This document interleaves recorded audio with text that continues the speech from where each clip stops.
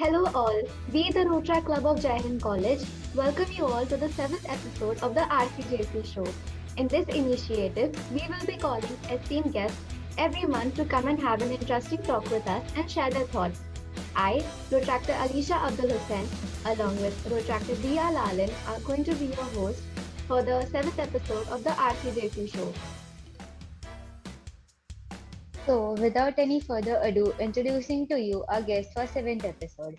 He is someone who fought at the borders, protected all of us and our motherland from enemy attacks or invasion. Colonel N.K. Tyagi, sir. We are so grateful for your services and the sacrifices you have made along the way so that all the citizens can sleep peacefully at night. Good afternoon, sir. How are you? Thank you, Good afternoon, Disha. sir. Nice to interact with you people, young crowd. I do feel myself too young. So shoot your questions, I am ready. Okay, sir. So in this show, there will be two rounds. That is the question and answer round and this or that round. So Okay. let's begin, shall we? Yeah, I am ready.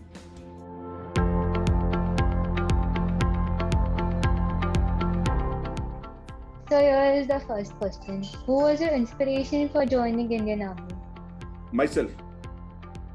Oh, At the wow. age of 8, I decided that I have to join the army.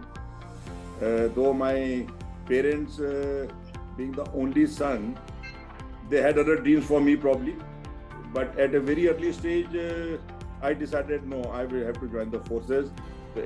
Probably at age of 8 or 9, it was in my mind. But at age of 10, I applied for Sainik School Lucknow, India's first Sainik School Lucknow, that is UP Sainik School Lucknow. I applied there, I did not get through. In 61, again, second time I attempted, I got through. And in 62 July, I joined UP Sainik School Lucknow. And from there, it was 5 years. Then, you see, I tried for NDA, got through, but did not join for, again, domestic reasons. But again, I did my 12th. And again in 1970, I again tried for direct to IMA. And I got through again. And this time I said, I will not take a chance, I will join. So in July 1971, I joined Indian Military Academy, Dehradun. And on 17 June 1973, I passed out as a second due from Indian Military Academy and I joined the gunners, that is artillery. So I'm a gunner who joined the Indian Army in 1973. And I was a self-motivated one. So that's all my story is about. That's really great, sir. It's very inspiring. Yes, sir. So your second question is, what are some of your great memories of being in the Indian Army? You see, the army is a life. It's not a job. First thing. Yes, So sir. all youngsters who want to enjoy life, who see something passionate in life, can join the Indian Armed Forces, whether it's Army, Navy or Air Force. Do not join if you are seeking 9-to-5 job. Sorry, it is not for those. It is for the people. You don't have to be brilliant. It is not for brilliant. It is not for anybody, but anybody who wants to join passionately, whether it is for serving the nation, whether it will fulfill your own goal, whether you want to sham from the studies and then join the armed forces, let's decide, you can join that, do that. But let me tell you, studies are there in army, in armed forces, even after joining. You're going to do various courses, which we'll come to later. Next. True, sir. So, here is the third question. How did you convey to your family and friends that you are willing to join Indian Army? No, I told them very clearly. I got no other passion, no other job. Though I qualified in the bank examination way back in 1970 or so. My people also said me, "Acha, why don't you join the civil services like IPS or something, police service, all that?" I said, "I'm not interested." So somehow my own passion was to join armed forces. And likewise, I see many youngsters who, in my own family, there are few who saw me and joined the service. So that's what it is. And what it takes you to join is nothing extraordinary. We all are coming from the same society in which you are all living.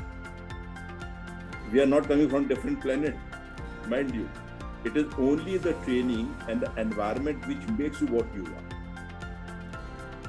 Like, you get engineers, you get astronauts, you get Air Force flyers. So same way, the army people also are trained to be what they are. That is that. So your fourth question, what are some of the things you remember about adapting to military life? First thing was, one thing was a team. When we joined IMA, we were flattened out. In fact, before joining IMA in science school itself, by class 6 when I joined the school, it has got the same ethos, same mottos, what we taught later on in the army life. That is flatten out. Flatten out means whether you are from rich family, whether you are from poor family, whether you are scheduled caste, whether you are upper caste, whether you are Sikh, whether you are Muslim, whether you are anybody, you flattened out, you are all same. You work as one unit. So in the class of 50, we could eat at that time from anybody's plate. We never saw he is Christian, he is Muslim, he is Hindu. No. We all ate from the same plate. We spoke same language. That's why in army today also there is no reservations. Your religion is what your troops belong to. If my troops are Muslim, my religion is Islam. I will do the prayers as per their ethos. If there is a Muslim officer alone in a Hindu unit, he will pray like us. He will do Janmashtami, do everything what they are supposed to do. So our religion is our troops, which we command at one stage, or whom we guide, whom we lead. Because you see, the army is not the 9 to 5 job. It is not pushing files. It is you inculcate that confidence in your subordinate, which at times required would give their life on your order. To give a life for somebody, you need to inculcate that confidence. And that confidence comes once you eat from the same plate, once you speak the same language, once you start following the same ethos, what they want you to follow. And thus you become a leader. So don't become a leader by election or by like you are going to face elections very soon. So it is not elected. You are selected. Once you are selected, then you follow the ethos of the armed forces. Next. So here is the fifth question. Was there anything specially you missed about civilian life? Pardon? Come again? Was there anything specially you missed about civilian life? No, we didn't have girlfriends in our young days. We studied in all boys, and once you went to science school, they were all male. And this is the first year or second year when the girl students have been admitted. It's the first time in the NDA is having 19 girls in 2022. So we all along, we have been in all boys atmosphere in armed forces. So that part you can say college life, like you, we missed. Yes. So immediately after doing 12th or in graduation, first year or so, we all joined the NDA or IMA at that time. So that part one can say we missed a little bit of outing here and there, but that is well compensated by other facets of life. So your sixth question, is there anything that you wish civilians knew about military service? Yes. Let me tell you. Firstly, all those who will see your program must know that there is no rocket science to join the when anybody who qualifies in a written test has to go for an interview, and it is a very deep interview. It is held for 4 to 5 days. 3 different facets. One is psychologist who tests you. Second is you are tested on the ground by called GTO, ground testing officer. And third is one very senior officer of rank of colonel or brigadier who interviews you to see your other skills. Now, I will tell, because I'm sure the program would be watched by youngsters like you who wishes to join or who are prospect joining. Let me tell you, what we are looking for, or what Army or Armed Forces looks for in youngsters, is few basic traits which you have inborn. You can't inculcate. Training can give everything, but can integrity be given? Can integrity be imparted? Can loyalty be imparted? It comes with it. So there is a facet known as OLQ, officer-like qualities, in which the armed forces officers, when they go, they are seen whether they possess that quality or not. Now, it is not about your successes. It is how you try to overcome your difficulties. There may be a candidate who may do, say, a jump in the first attempt and goes off. But there may be a boy or a girl who may be coming, stopping, but going back, trying again, going back, trying, and ultimately doing the thing. Maybe this girl or boy may get selected, and who has gone in the first time may not get selected. Why? Because probably that may have come from an institute where he has been undertrained, where he has gone in coaching. He might have taken a coaching, so he has got some background knowledge, some background thing. But you have to be yourself. You cannot fake. So first thing is, what they require is your truthfulness. Be what you are. You can't fake. You get caught somewhere. You cannot say I am so and so, but what you are not. So be truthful. And every person has got a policy. Every person got the assets. They are evaluating your assets, whether you are fit for this or not. Like you must have heard the story of Dr. Abdul Kalam Azad. He went for Air Force and he did not qualify. He was rejected. Then somebody told him, probably you are meant for some higher, bigger things. So it is not that a person who is not selected in armed forces, no good for anything else. No, there are better things for them to do. So take it that way. But once anybody comes here, he has to amalgamate himself into the masses. You can't be a class here. You have to be a mass here. You have to get along with everybody. Get to the level of leadership where you can ask your men to give life for you, and they are willingly giving it to you. That is what the leadership in Army all talks about. So this is next. inspiring and informative. Nowadays, you see, next to Bombay is Pune. Yes. Pune is the NDA, National Defense Academy in Pune. Yes, sir. From last year, it has been opened for the girls also, by the way. 19 girls have joined last year. This year, 19 vacancies were given. The Supreme Court asked the government of India, why only 19? Why not more? So, girls have got a better opportunities nowadays. And of course, you know that 10 fighter pilots are women today in Indian Force. You might be seeing one of them or few of them flying on this 26th January over the Delhi Rajpath, hopefully. It feels proud to be an Indian. Yes, definitely. And So Armed Forces gives you all this opportunity. You can play well, you can eat well. One thing is there, it gives you time. You get a lot of time. You see, it's not the 24 hours go. You're 24 hours on duty. You are alert. At times, we are not slept for good over 4 days, 5 days. Good enough. But at times, we have in peacetime. There's a peacetime. There's a field tenure. All these tenures are there. Like in Navy, there's ship tenure. There's a shore tenure, offshore tenure. Air Force also. They have got a high altitude tenure. They've got a field area tenure where families are not permitted at times.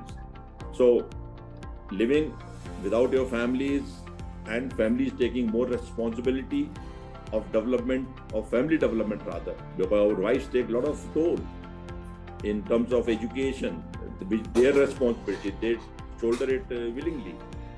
You see, so at times all these things are there, but that gives you a lot of satisfaction in life that you have done something at some stage by not being with your family but for the nation. और पूछिए. So here is the 7th question. Was there anything you learned about yourself during training? Pardon? Your voice is a little low. Can you speak a little louder? Yes, sir. Was there anything you learned about yourself during training? Okay. You see, we all went from civil. There's nobody in my family was in army. I was the first generation to go there. What we learn is, first thing is dedication. Discipline, dedication, and devotion. 3 Ds. 3 Ds are the basic pillar of armed forces there. Discipline, dedication, and devotion. And you see any facet of life, if you stand on these 3 Ds, so you'll shine like a 3D printer. See, discipline, you yourself get, you know what is good, what is bad, what you are supposed to do, what you are not supposed to do. You have a routine in life, you have self-discipline. So that is what discipline is all about. That is controlling your own self. So what that teaches you, it takes you next level. Anybody who says he is not fearful is telling lie, let me tell you. Everybody gets fear. When rounds goes past you, when the bullet are fired at you, you do get scared. Everybody gets scared. Anybody tells you, oh, he's so scared, he does not feel fear, sorry. He's telling lie. Everyone feels fear. But the difference between coward and a brave is who overcomes that fear. And that overcoming of fear is by discipline. If you run away, you are coward. If you stand by, give orders, you are brave. Similarly, any facet of life, you want to drive a car, you get fearful, don't start even. You know what will happen, but you are brave enough to take the car out. Okay, accident hoga, yahi hoga na, that's it, kya hoga. But you take it out and you learn within no time. So discipline teaches you how to overcome your follies. Dedication is to your job. I will not see anything else. I am not worried about money. Just a second, one second.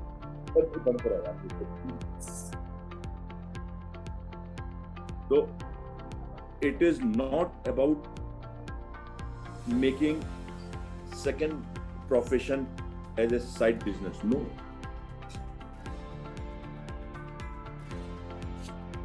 And what I am given, I will make good in that. I will devote myself to the job which I have been assigned, and I will do to best of my ability. See, that is required. Not that you are the best or you top it all everything. No. Not that. But whatever you do your best. That's what it is. And dedication, of course, you put your heart and soul in whatever job you do. And that's why you see that when you must have seen a lot of war movies, the people do face a lot of odds, but still they go, they keep going. So that's what it is. Okay, sir. So your 8th question, what were the difficult situation or hardship that you faced during your routine armed forces, and how did you manage to overcome it? If you really see, all problems are here, nowhere else. If you feel, that is that. If you don't feel, it is not there.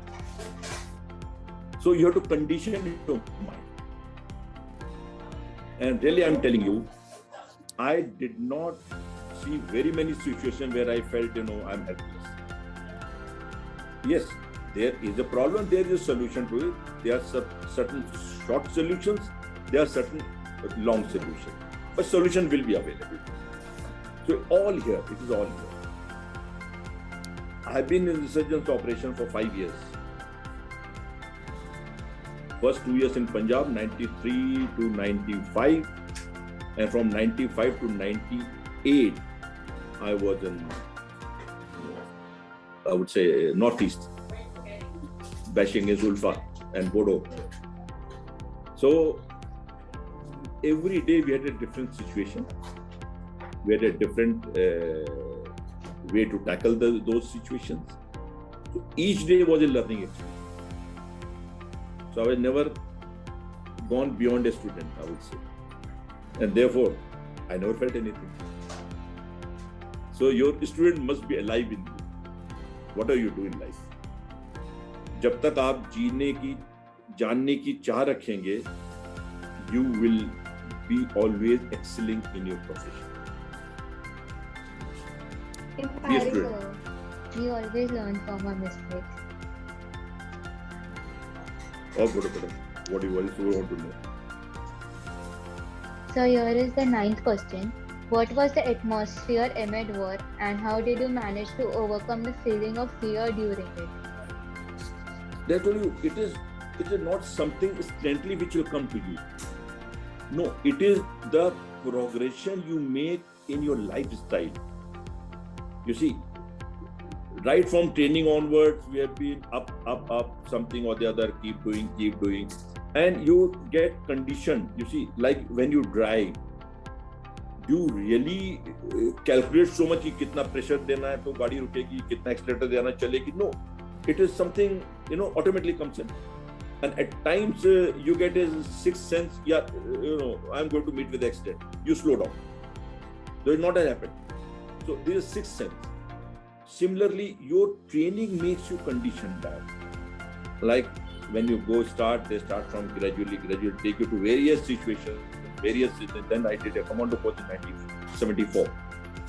So that commando course really got not many fears out of my mind here.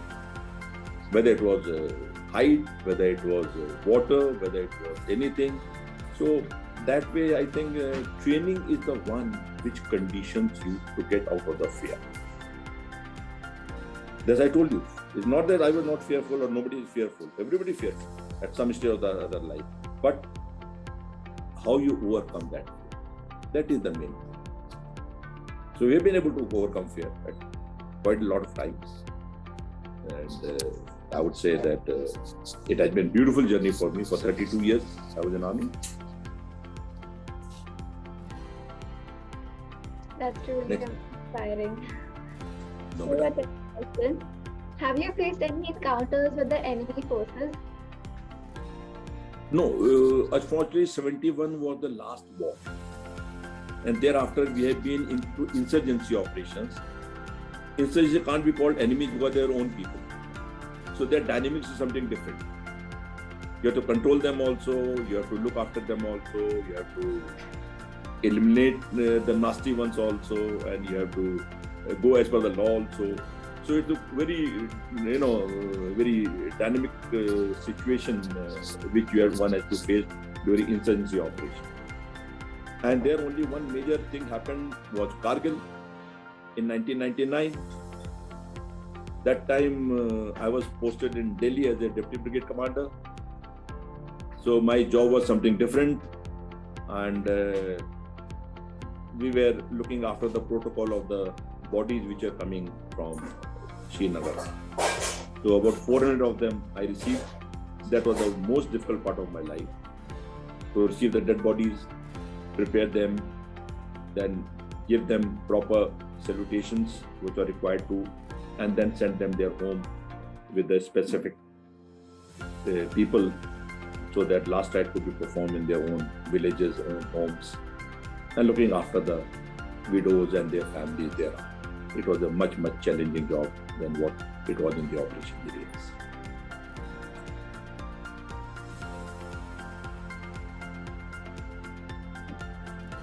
Next.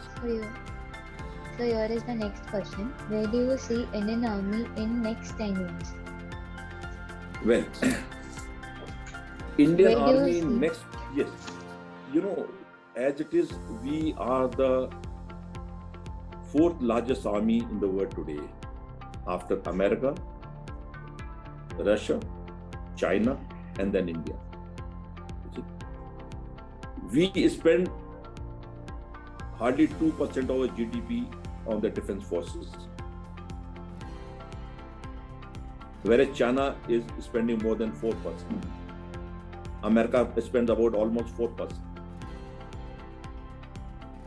But the complexities of the modern world are forcing us, firstly, to expand, and second, to modernize. Both are rapidly required, Because now you are going to fight on the 2.5 fronts. One front being Pakistan, second front being China, and third front being your internal front. That's what I call 2.5 fronts. You see, being a democratic country, we can't shut everything. So there'll be insurgents, there'll be sleepers in your own country. So those things also have to be taken care of. In next 10 years, what I see, the armed forces would take a lead in modernizing, which is already underway. We are seeing. Make in India program will enhance our capability in terms of new armament, in terms of stability, in terms of getting numbers now. Because the import has got its own limitations. With the technology advancement and with the IT sector flourishing in India, the cyber war being the next big war going to be enacted in the world, we are going to be in a very, very happy situation. The ISRO is doing tremendous job. Towards that end, we are quite, as the time comes for the Star Wars or the wars from the sky or the war in the sky, what you call it, and cyber war, we are going to take anybody and everybody on this earth. That I am very sure. So next 10 years are going to be flourishing. The next 10 years are going to be dynamic. Next 10 years are going to be vigilant for Indian Army, and we have to keep our pace, our eyes, and everything open, because China and Pakistan both have to be taken on at one time if need be, and we should make ourselves capable to do that.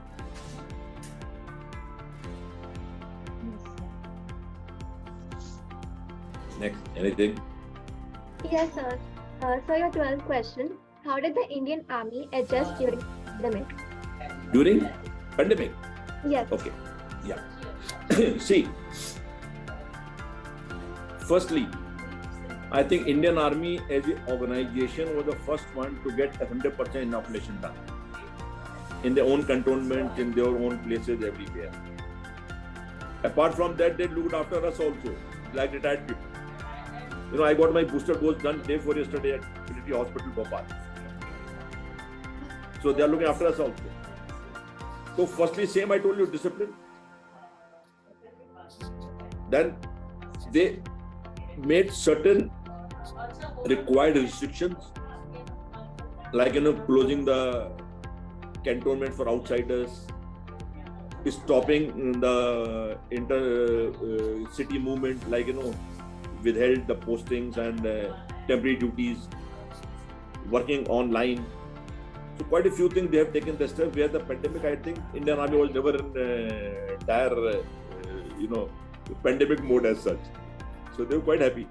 Everywhere we saw, of course, initial stage few people got that, but most of the country you find the things were very, very much under control. Because discipline. And what the instruction was given, they followed. They are today also following. Now, if you visit any, like you go to Kolaba or you go to any place, you won't get entry without a mask. You see, you won't get entry without temperature being checked. So that's what it is all about. The enforcement of whatever the orders were given, and they followed it, and therefore the army had no issues as far as pandemic was concerned. I don't think they had any. Anything else? Yes, sir. So here is the 13th question. How often do you talk to your family while you are on some mission? No. When you are on mission, there's no way of talking to family. How can you talk? Or when you are on mission, you don't talk to family. For 2 Like days, after 3 days, your 1 day. mission is But when you're in completed. field area, we had a very difficult time. Nowadays, so mobiles have come, everything has come. When we are into field area, we never got a chance to talk to our family for about 10 to 15 days. When we came down somewhere to some post office, somewhere down below, then probably, one odd call on landline, we used to get through. But in those days, mobiles were not there. And army telephones were only connected to the hotlines, to the unit only. So our way of communication was letter, which you people have forgotten nowadays to write even. So we used to communicate by letters. Every day I used to post one letter, or in 2 days, one letter to my wife. Similarly from that side. So letter used to come, and that were our mode of exchange.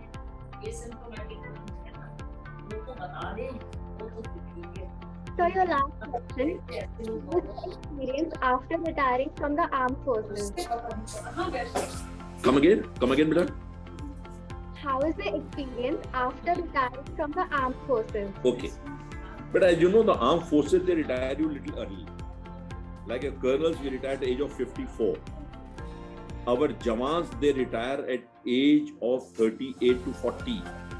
Because, rank-wise, if a Jawanese do not get promotion, he retired at 17 years of service, or 19 years of service as a Nayak, or 21 years service as a Havaldar, or 24 years service as a JCO, and 28 years service as a Subedar Major.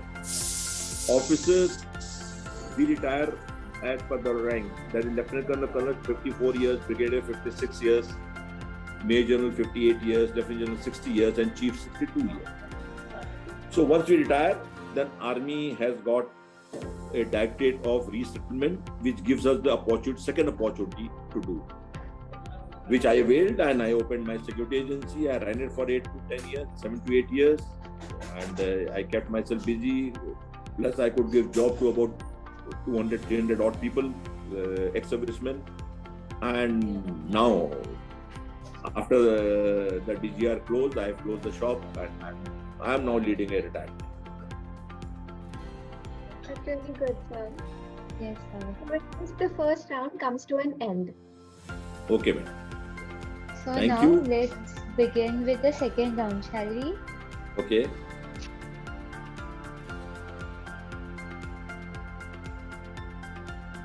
So second round is this or that round. This or that. Okay. So your first question, staying defensive or offensive in war? Come again. I'm not able to hear you clearly. So your first question, staying defensive or offensive in a war? Offense is the best defense of war.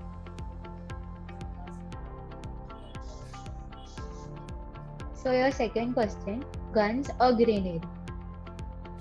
Come again. Guns or grenade? Guns or grenade? Yes, sir. Both are useful. Guns for the long distance and grenade for the short distance. When it comes to hand, both are utilized. So your third question, walkie-talkies or phones? Walkie-talkie is more secure. So still the forces, they try to use walkie-talkie. Whereas, phones for operational purpose, not recommended. Because they are open source. Anybody can listen. Though walkie-talkie is also, can be listened into. But that is more safer for internal communication. Okay, sir. So, radio or TV? Radio or TV?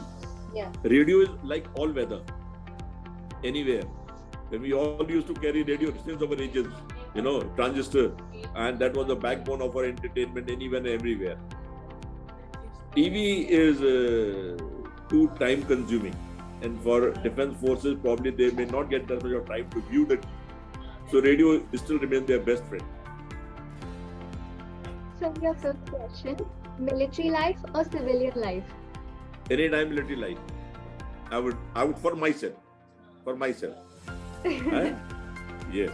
But I don't say civil life is bad, no. They also enjoy a lot of perks and other things and cushy job, everything is there, but that is that life. You see, but only one difference I can really make out is, in civil life, there's everything but time to enjoy what you get in life. Whereas army, you may not have that much of time, but you get time to enjoy whatever you are given.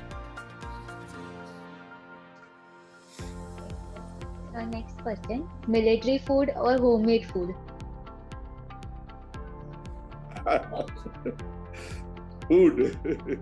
Well, home food always, cherished, but emergency military food is good. So seventh question, undercover duty or on-board duty?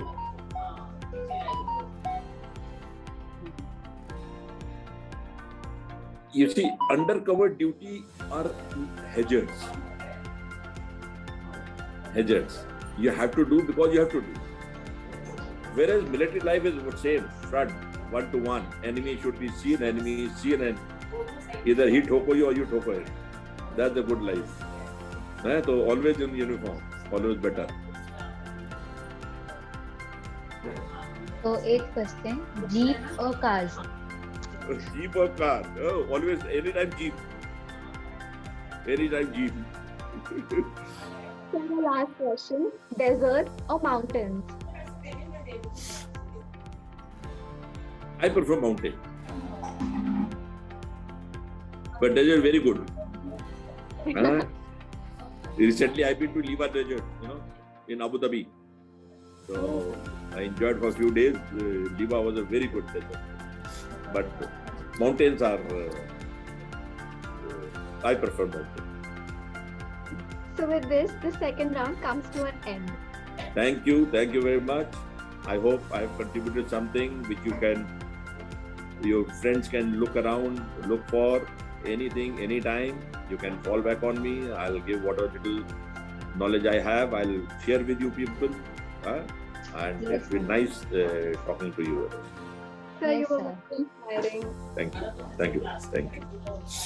And it's good that you are actually doing something good, and at least youngsters will know something. There will be some gray areas which probably your this YouTube thing would clear their ideas, and I'm sure it be impetus for the right people to go to right places. Thank you very much for this initiative, and I appreciate your calling. Thank you. It was really great having you, sir. Thank you so Thank much, you. Colonel N.J. Tyagi, sir, for having Okay. us. Thank you, Beta. Thank you very much. Hope you have a great week ahead. Thank you. I enjoyed talking to you people. It was a nice interacting with you. And I'm available to you anytime you require. Thank you. Bye. Thank you for watching the video. Like, share and comment and subscribe to our channel. Don't forget to press the bell icon. Stay tuned for the 8th episode. Jai Hind.